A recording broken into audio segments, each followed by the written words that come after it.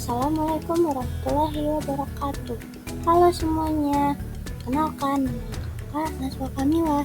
Hari ini kita akan membahas materi tentang keanekaragaman hayati dan keragaman budaya. Yuk kita simak videonya. Berikut ini merupakan tujuan pembelajaran dan indikatornya, serta ada peta konsep mengenai materi pembelajaran pada hari ini.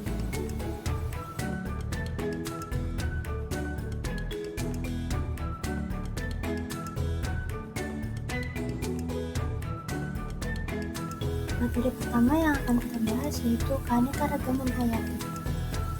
Teman-teman, kalian udah tahu belum apa sih keanekaragaman hayati itu? Setiap makhluk hidup memiliki wujud dan perilaku yang berbeda. Keragaman inilah yang disebut dengan keanekaragaman hayati. Indonesia merupakan negara yang terkenal dengan keanekaragaman hayatinya.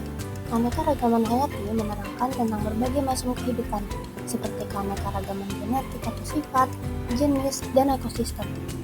Selanjutnya itu ada bentuk-bentuk keanekaragaman hayati. Yang pertama itu ada keanekaragaman gen. Keanekaragaman gen itu variasi antar individu sejenis dalam satu spesies. Contohnya itu ada perbedaan warna kulit pada manusia, perbedaan pada warna bunga mawar.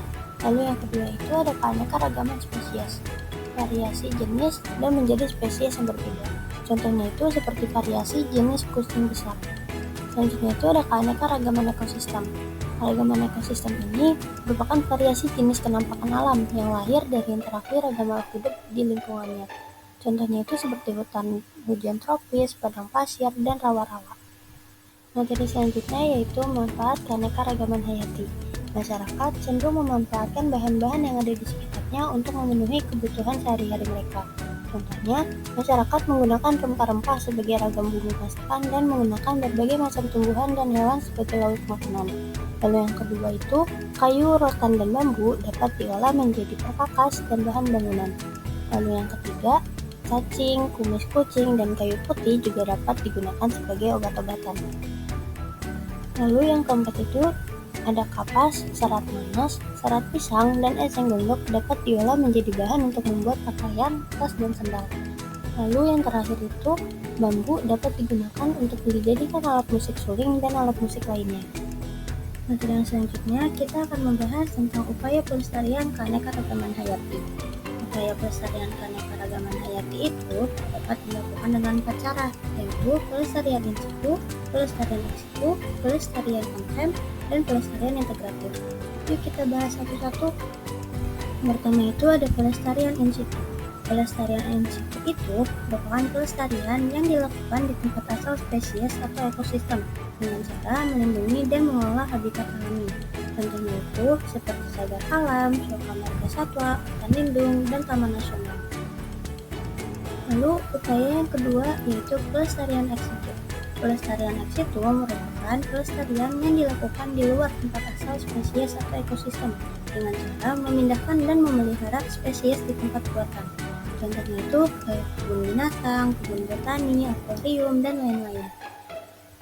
Upaya yang ketiga yaitu pelestarian on-farm. Pelestarian on-farm merupakan pelestarian yang dilakukan di lahan pertanian dengan cara mempertahankan dan mengembangkan varietas lokal tanaman dan hewan peliharaan. Contohnya yaitu penerapan pertanian berkelanjutan seperti pertanian organik, agroforestry, dan agroekologi. Contoh upaya yang terakhir yaitu pelestarian integratif. Pelestarian integratif merupakan pelestarian yang dilakukan dengan cara mengintegrasikan berbagai pendekatan pelestarian seperti ilmiah, teknologi, hukum, ekonomi, dan sosial budaya. Contoh pelestarian ini adalah penerapan konsep-konsep seperti pembangunan berkelanjutan, ekowisata, ekonomi kerakyatan, partisipasi masyarakat lokal, dan lain-lain. Setelah mempelajari keanekaragaman hayati, sekarang kita akan membahas tentang keragaman budaya. Sebelum membahas lebih lanjut, apa sih keragaman budaya itu? Keberagaman budaya merupakan salah satu ciri khas yang dimiliki oleh setiap masyarakat di dunia. Indonesia merupakan negara dengan berbagai suku bangsa yang mendiami kepulauan. Indonesia memiliki keanekaragaman budaya. Banyak suku bangsa dengan bahasa, pakaian, rumah, makanan, dan kesenian yang berbeda-beda. Berikut ini merupakan bentuk-bentuk keragaman budaya. Yang pertama itu ada rumah adat. Rumah adat merupakan sebuah bangunan atau konstruksi yang sengaja dibangun dan dibuat sama persis dari tiap-tiap generasinya tanpa adanya modifikasi. Lalu yang kedua itu ada pakaian adat. Pakaian adat dipakai saat berlangsungnya proses upacara adat, misalnya pernikahan yang memang menerapkan adat istiadat dari daerah tersebut. Selanjutnya itu ada tarian adat. Tarian adat merupakan tarian yang berkembang dan memiliki karakteristik yang memperlihatkan budaya dan kearifan daerah setempat. Bentuk keragaman budaya yang selanjutnya itu ada alat musik tradisional. Alat musik tradisional merupakan alat musik yang sudah turun-temurun dari generasi ke generasi dan berkembang di daerah-daerah tertentu. Selanjutnya itu ada makanan khas daerah.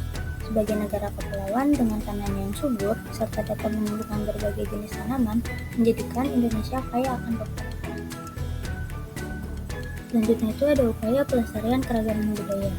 Keragaman budaya, jika kita tidak jaga dengan baik, maka keragaman budaya itu akan hilang. Oleh karena itu, kita membutuhkan partisipasi aktif dari masyarakat. Partisipasi aktif dari masyarakat dalam menjaga dan melestarikan kebudayaan itu sangat diperlukan, seperti mengadakan kegiatan budaya, mengembangkan keterampilan tradisional, dan berperan sebagai agen pelestarian budaya. Tanpa adanya peran dari masyarakat, kebudayaan akan sulit untuk tetap hidup dan berkembang. Beberapa cara lain yang dapat dilakukan untuk melestarikan budaya yang ada di Indonesia adalah dengan mempelajari budaya lokal itu sendiri dan kemudian mengajarkannya kepada orang lain. Semakin budaya lokal terkenal, maka tradisi juga akan semakin terjadi secara terus-menerus pada generasi selanjutnya. Telah selesai materi pembelajaran kita pada hari ini. Semoga apa yang kakak sampaikan tadi dapat bermanfaat bagi kita semuanya. Sampai jumpa di lain video. Assalamualaikum warahmatullahi wabarakatuh.